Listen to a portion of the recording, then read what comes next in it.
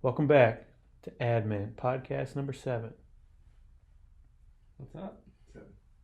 7. I got it. 77. No special guest today. Sorry. It's a little easier. John Travolta couldn't make it. Yeah. That's true. Floyd Mayweather was. Floyd was the backup. Was all booked. Called in. Couldn't make it. Yeah. So we got Kyle. Super duper Kyle. Also known as Knitman Kyle. Knitting master. Knitman Dan. No. Too soon. Sorry. So this week we're talking about the next big thing in marketing for 2020. I'm excited about it. You don't seem too excited. I'm pumped. Put on my nice shirt. So when I first sent it out and you didn't finish reading the text, what did you think the next big thing was going to be? Man, MySpace. I heard it's coming back. I heard it's making a big comeback. That and custom ringback tones. That's just an ad for a product. Those are my two things that popped in my mind. You're on it today. I woke up early. I can tell. So like 8:30? Today. 8:12. That's pretty early. You Congratulations. think the sun was out, but it was. Congratulations. You wouldn't know. That's So true. how would you know? That's so true. I'm always wondering what time the sun gets up. Now you know. That it's before 8:12. Time the sun gets up. Good times. I'm gonna go. So I think it's safe to say it's something different than probably what you would have thought. Definitely. Kyle, what would you think it was before you heard the master at Digital Marketer say what it was? I mean, people are talking about LinkedIn and TikTok a lot, so TikTok? Nick, how's your TikTok doing? yeah, how's your good. TikTok game? Yeah. Not as good as Jared Coffey's. Jared, shout out. If he was here and not on his way to a Bulls game, maybe we could have had him on. Did he get tickets from TikTok? He'll probably be I making don't a think so. TikTok from that. Guaranteed we'll see one. How many views does he have? Almost 80,000 80,000 When was the last time somebody checked? yesterday. 4 minutes ago. No. Yeah. I don't think Is that that was allowed? his. That's not Jared's. Let's check and see. We got to give him a shameless plug. Or it could be full of shame. J Coffee is his username. Is it really? It is. Is there an underscore? Jacob. Just Jacob. Just J Coffee. J Coffee. 91,000 views. Soon to be 100,000, probably right after this podcast airs. That's pretty crazy. We've been known to make people go viral after they've been on this podcast. J Coffee. Look him up on TikTok. Okay. Okay, that's good. LinkedIn and TikTok. Probably what you didn't expect to hear was that it's an email newsletter. So, Nick, what's an email newsletter to you? This is really old school. I think back to like 10 years ago to when you'd subscribe to The Point or another common newsletter. Just gives you random information about a company, and it seems like it more or less died because companies kind of really went more digital with it, and they were putting that content elsewhere. But it's back. People suddenly care about the newsletter. Why do you think that is? I think it provides actual detailed information that sometimes people don't want to consume in a video format, that they just really want to read 2 paragraphs about something that they really want to know about a company, about a product. They actually want to take the time to put the time into reading something about they care about versus interpreting that through a different form of media now.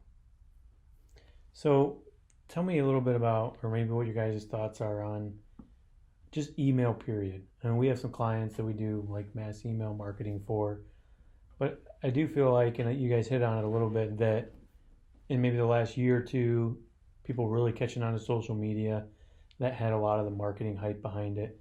And a lot of that gave the email side of marketing things just a bad rap, that the open rates went down a whole lot, and it just wasn't as effective as it used to be. What are you guys hear the same thing, or what are your guys' thoughts on that? Yeah, I mean, I think that as media became more social than anything, you have a lot more interruptions, you have a lot more, whether you're on a desktop and there's ads that are popping up on the side, whether you're watching a video and there's an ad cutting in, it really took away from the focus that an email brought, and people were so clouded by it, they just thought their inbox got full, versus now if they see a personalized email that is to them, like I think of the ones that catch my attention now, I think I am more apt to click that and read that and focus on it because I feel like it is more for my individual person. And I think when you combine that along with so many algorithms and as much data as they have, they really can tailor fit. Like, I think of the email I got for Gary Vee shoes after I'd already bought a pair. Like, he mentioned in there my exact shoe size. Like, it's something that was like, I was like, whoa, like, how did they know that? But I'm thinking that they're just cross referencing two different data points that they have to really hit me on email. So when I say, like, hey, you recently purchased whatever, I'm suddenly more willing to click on that and be interested in that. And then with that, the open rate on email, where it might still be lower than what it even was, but you have a dedicated person that is only focusing on your product in that moment, like the attention of that and what they're actually reading is going to be way more influential on their buying or whatever they're doing with that content that they digest versus a 2-minute Facebook video that they watched and they got 3 different ads and got redirected down a different rabbit hole. Yeah, and how I think the biggest difference there is really how the algorithm plays into it. As 2-3 years ago, I think you had some organic stuff for new business pages on social media that they were able to take advantage of.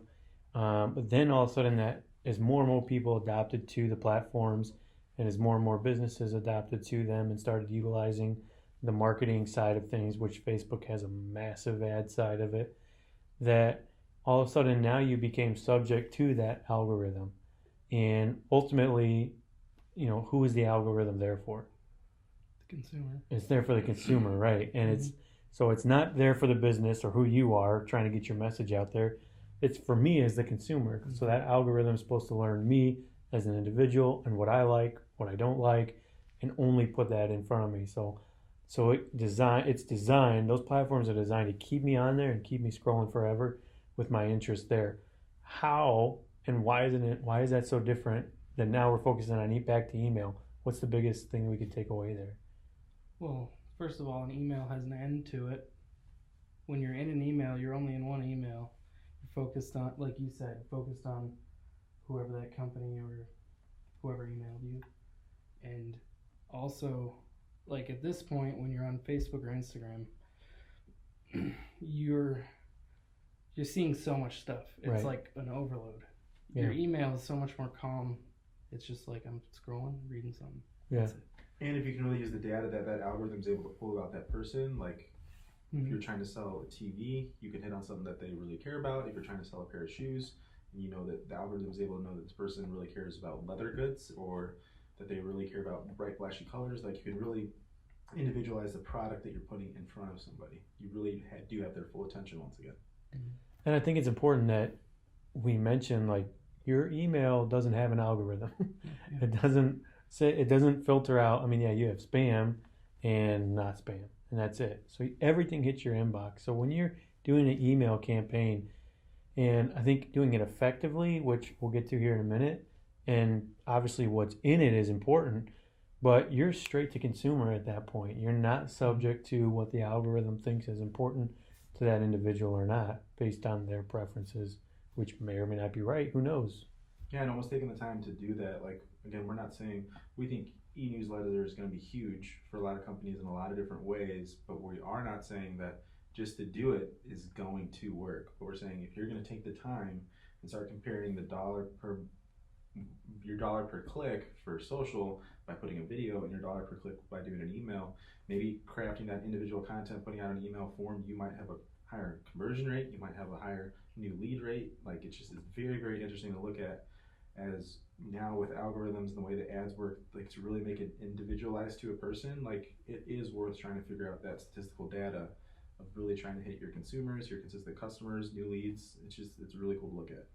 And I think, for a large scale company who has a huge marketing department and they can focus on the new platforms, sure, they can spend time and focus on TikTok, and they could spend time on LinkedIn and Twitter and understanding what message goes here and there. But I feel like a lot of our audience is the small business where they're in it. I mean, some of them are still self-performing in their business and they're wearing all the hats at once. And so I feel like this is a real area that's underutilized, that if done effectively and in the right way, can really kill it for your marketing. And because you're straight to your individual. And if you can know your audience, which I think is a huge part of it, then you got your message right in front of them without having to go through different platforms, new platforms, learn voice. We talked about voice a week or two ago, but all these new things, and it's so easy to try this and try that. But I think if they just really focused in on even just the emails newsletter and focused on, okay, this is what we're going to spend time on. Now let's work on how it looks, what it says, who it's going to. I think you could see your traction go a lot farther in your marketing than if you're trying to jump on a new platform all of a sudden, which I think is still important. You know, there's still a lot of platforms, but if you're only dealing with a certain amount of time and you need to make sure that's performing, I think this is an area that people often overlook right now in the hype to just jump on every social media platform. And like everybody knows, pretty much everybody knows how to use their email app. Yeah. Most people check it every day as much as their texts. Yeah. Maybe And you have the ability to actually receive relevant feedback. Like if you are sending an email, that there is an unsubscribe button. You know people push it to spam. You know your exact open rate. You do get analytics from a video on Facebook, but it's not even that detailed. You know what I mean? Like at least you know if you're thinking about maybe e-newsletter is a good idea. Like you just try it. Like if it's gonna flop, it's gonna flop, and you're gonna know. But then you're never ever gonna wonder if maybe this is an avenue we should go down. Like just take the time to do it. Or maybe you see a better performance through video, but for a lot of clients and for a lot of people that are even doing it, e-newsletter is suddenly making a lot more sense than it used to. I think that's a really good point, that you can't really unsubscribe from Facebook ads. And so like if somebody just really doesn't want to see your stuff anymore, they can unsubscribe. Yeah, and then you know for sure. Yeah. So let's jump into it. Somebody says, okay, this is a good idea, I want to do it. What are some maybe important things to know in your first one? Because obviously all of us get hit by a ton of emails every day that we don't even actually fully open up. We just look at the little heading and we delete. I know that's one of the first things I do every morning. Yep. Shift on the top one, and I look how far down I can go, shift. Hey, I got 20 of them this time. I can delete 20 of them without even looking at it. So what's some practical things now that people can take away on setting that e-newsletter apart when they're putting it together? Definitely, if you're importing contacts using something like MailChimp, there still might be a large amount of emails that you already have from your clients that might be opted out of receiving that. So you might not be able to give them a touch there. Might not even let you send to them because they haven't opted in to your email campaign.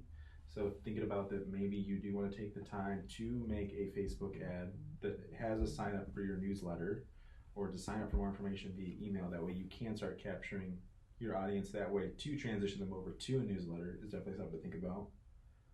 Yeah. I think definitely not being spammy, trying to create actual value for them to where they want to look again, and some sort of recurring, like, I wonder what they're saying today. You know what I mean? Give them a little interest instead of. So adding some value. I think in some of the clients we work with, I think one of the assumptions we deal with a lot of the time is if you're putting out an e-newsletter and you're a small business in the car industry, that, you know, everything in the newsletter has to be about your business.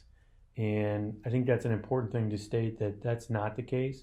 Ultimately, what do you want to do with your e-newsletter? You want to deliver value to whoever you're going to, and you want to promote who you are and what your business is. But if promoting you is at the forefront of it, I don't know what your response will be. But if you focus on delivering value to your audience, then subtly sneak in down at the bottom or on this side here, we're highlighting this employee, or this week we're highlighting this service. And it's one little thing like that every week. You're in front of them every week, but that's not necessarily the value that they're going to your newsletter for every week. Yeah, just making sure that you find a way to stay in front of them in the sense that they're going to hopefully keep expecting that newsletter, whether it's a tip of the week, but then also being selly but not. Like if you think of a lot of commercials that are effective, like Subaru does a great job of it, they're always hammering home that they're a family-safe vehicle and that they last long. They're never necessarily hitting on the price of their vehicles in their commercials. They're not necessarily hitting on, they have a ton of deals going on. They just want to always hammer home consistently that they're a family-safe vehicle and that the vehicle lasts. Which is a good point, because your e-newsletter has got to be consistent with your brand. If you're not consistent with the brand that you already have, and now you're sending cross messages to people and you're going to lose any traction that you could hope to have from that. Yeah, so being consistent with your message, and then also whether it is a tip of the week and highlighting a product of the week, something that keeps them seeing that consistency in the newsletter, so they know like, well, hey, like, oh, I see this, they did this, I wonder what product they're highlighting. Like the one they highlighted last time really worked well for me when I was doing such and such. That way, you are able to sell there, you are able to convert, but it definitely is not the old version of newsletters that was just shoving a product down your throat. Yeah, and I think an easy way, if you say, okay, great, I know my service, I know how to put them all on there, I don't know what else to do. I think an easy thing to do is just look at the other industries or products or services that that touch the same hand basically as your service. So whether you work with a boating client and realize seating comes into play and the boat audio come into play and maybe even the outboard on the boat comes into play, and you have all these other things that may not be necessarily your boat manufacturer or dealer, but all these other things come into play on this is value to who my customer is. They're going to care about their outboard. They're going to care about their audio. Maybe they're going to care about the rod holder that's in there. These are all important things for them to know, or the navigation or the fish finder, that it's not your product at all, but it's valuable to your end audience. And you can do that with any industry. So look at your product or your service, and you will already think of 4, 5, 6, 7 different entities or businesses or services that touch really that you work with already in some aspect, that are involved in your product, have to do with it. You cross each other's paths all the time, and start putting in, and you could do a collaboration with those even, on, hey, write a quick article. I want to feature you. It's going out to 500 of my closest clients, what's important for you to say. And now you're really delivering value to the people, and you're sneaking in your message here as well. And you're staying in front of them and getting a reason to come back to them. So we talked about a couple things. We talked about one, the list that you're getting and who you're emailing to. 2, we talked about being consistent with your brand already, and talking about highlighting other products or services near yours. What are some other things that could help? I think just not being afraid to, I think you kind of touched on it, but not being afraid to step out of your wheelhouse, in a sense. Like if you are a garment company and you know that maybe people should be washing with such and such detergent because it does increase the longevity of the product, like just always making sure that in the front of your brain, anytime you're putting out any piece of content, email or not, just what value am I providing? Yeah. If you think about it in that mindset, you're never ever going to wonder what your audience is gaining from it, because there's always going to be some substance with it. Yeah. I think there's 2 other practical things that come to my mind. I think all this is the core structure of what you have to get the basis done. But then practically there's 2 things I think would really help. Is one, you got to look at what your header is. And it's got to be really smart on what that is, because you've got half a second that somebody's going to read that and decide to click on it or not. And then secondly, if you get them past that headline, then it's all about the design. And I don't think you can spend too much time on the way your newsletter looks. I think everybody's seen a newsletter or emails where it's just text, link, and it's not very friendly or aesthetically pleasing, especially in the social media realm that we live in today. Yeah. Think of when you're designing and you're putting that e-newsletter together, think of when you look at somebody's Instagram page or feed, how aesthetically pleasing, when somebody uses the same filter all the time and all of it matches and looks beautiful. That's what you want to be thinking of. And I think that's underutilized a lot, because we're so wanting to put our message out there, wanting to be smart about what we're saying and everything. But don't forget, like, you'll catch people just on, I saw a newsletter J. Crew put out the other day, and all it was it had a small heading, I don't remember what it was now, but it was an ice cream cone, and it had like probably 10 scoops on it, and so you had to scroll, and it said just keep scrolling or something like that, and you literally probably for like 2 seconds you just kept scrolling. There was nothing but scoop after scoop after scoop, and at the very bottom underneath the cone it said like click here for whatever their promo was for that week. But that's all it was. The background was completely white. It was just the colorful scoops and a cone. And I think incorporating, if you can, a graphic designer on it. If not, just be very simple. Don't make it complex. Don't be afraid of white space. Look at Apple's boxes that they send you. It's all white, right? Or black, depending on the phone you get. But it's just be very simple with it. Make sure the aesthetics look good on it, and make sure your headline over here is killer. You do those two things, I think you'll really engage somebody. And then if everything else pulls into play, your content, your message is the same, you're giving them value. Now you're going to get somebody that's intrigued every week because it's aesthetically pleasing.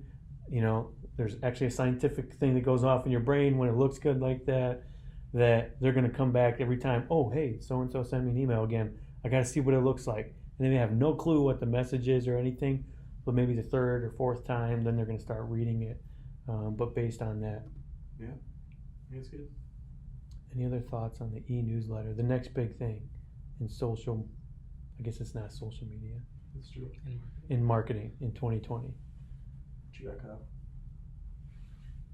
I was just gonna say, like with the design, it's really about how the person feels when they see your brand.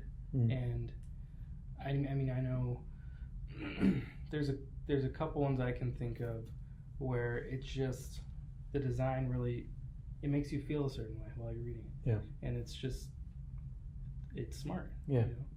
And it works. And it's huge. It's another way you're engaging with your audience and you don't even realize it, but it's the simple image, like everything you're putting on social media, all the pictures you're putting on there, it's telling your clients, your audience, your customers a story. And that's the same thing this newsletter will do. It'll make them elicit a certain feeling, and you want that to be a positive, relaxed, good feeling, not an uptight, another spammy email. Bye. You know? Yeah. I thought you were going to sing a song like that. Bye. Yes, that's what I was thinking. Which was good. I didn't know we were going to end it that quick, but it was good. Yeah.